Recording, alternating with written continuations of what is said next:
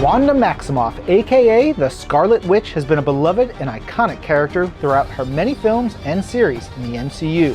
To explore Wanda's visual evolution, I'm chatting with Marvel Studios Director of Visual Development, Andy Park. What up, Andy? What's up, Ryan? How's it going? It's going great. So Andy, you've been working with Wanda since her beginnings in the MCU. What do you think makes her such a strong character? She is arguably one of, if not the most powerful superhero in the Marvel Cinematic Universe. But I think besides her obvious power set that makes her powerful, the thing that makes her such a strong character is more of her journey. We really grow to love this character mainly because of her heart. She has a deep love for her loved ones, starting, obviously with her parents and the tragedy of that, to her brother and Pietro, to eventually Vision, and then her created kids, Billy and Tommy. And I think that is reflected in the visual looks that we've helped establish. Yeah, and of course, but that's a big process, right? So in those first couple of films, she has a huge evolution and you were right there for it. Andy, could you walk us through some of that process, the design thought that you were going through in those first couple of films? Starting from her introduction in Avengers Age of Ultron, where she's not a superhero yet, but she's kind of trying to figure out who she is. I knew I wanted to bring in something that really harkened to her classic look, so that when the audience sees it, they're like, okay, I could see that that's a nod to the comic book classic look without going there because it doesn't make sense for the story.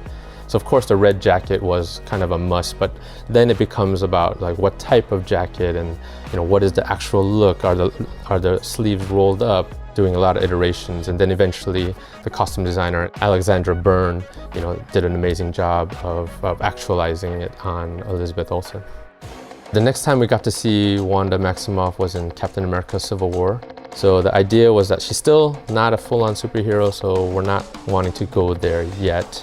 My thinking was taking the things that are iconic about her, the red leather jacket, and just trying to heighten it a little bit. And then eventually Juliana Makovsky, the costume designer, she ran with it, and working with Elizabeth Olsen eventually, the idea of her having like more of a corset underneath the jacket, that kind of was implemented. After Captain America: Civil War, leading up to Avengers Infinity War and in Avengers Endgame, there was no mandate to change or update Wanda's look, so the look that you saw from Captain America: Civil War was maintained all the way through Avengers Endgame.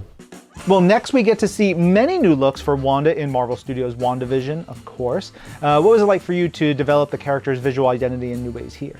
WandaVision was one of my favorite projects to lead the visual development team on. There were so many different looks that Wanda went through, and all credit goes to Mais Rubio, the costume designer, because she was responsible for all those different looks from the 60s sitcoms to 70s, 80s, all that kind of stuff. Myself, I was responsible for designing the end suit that you see in the final episode.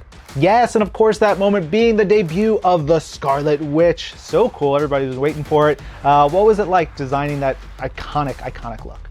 Definitely looking into, the originator and Jack Kirby, as well as John Byrne, and then more modern iterations as well, like Kevin Wada. He did like more of the more contemporary designs with the kind of more bejeweled crown look. Yes, the crown! We finally got the crown!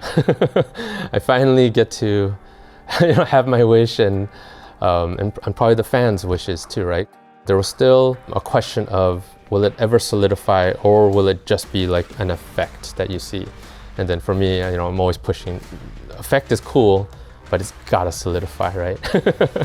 So it's definitely starting with the crown and then iterating on doing so many different versions of the costume.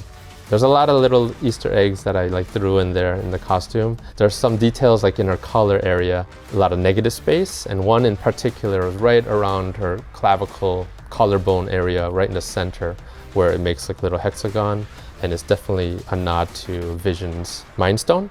Little other details like in her bodice area, there's a W shape, and then it goes to a V, V for Vision. And then throughout the costume, there's a lot of V's throughout. So I thought that was really cool too. We meet the Scarlet Witch again in Marvel Studios' Doctor Strange and the Multiverse of Madness, and of course we see Wanda. She's realizing her powers in ways we've never seen before. It's very cool, very scary.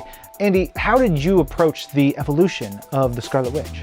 Leading into Doctor Strange and the Multiverse of Madness, her design was just gonna be the WandaVision costume. It wasn't until later that they decided to add the sleeves to cover that up, and then to what extent is textures added and all that kind of stuff.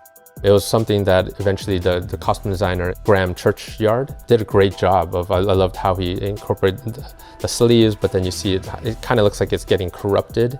And then the texture that he gave on the bodice area of the WandaVision suit, you know, looks like it's a crack. It almost looks like it's like a broken heart. It really worked to give her story from like the hero that she became in the final episode in WandaVision to a more villainous spin, a dark, corrupted version of that hero outfit.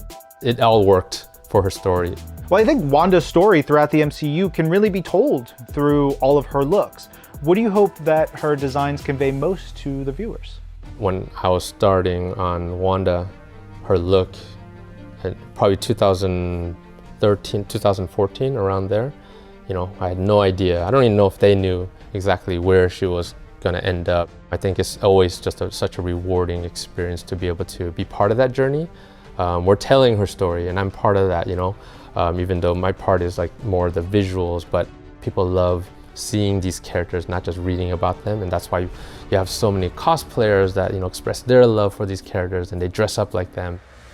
When people see Wanda and her journey, I hope that they can take those looks and just kind of see how far she's gone. Her story is mysterious, her story is tragic, but it's that story and that whole journey that makes it so powerful.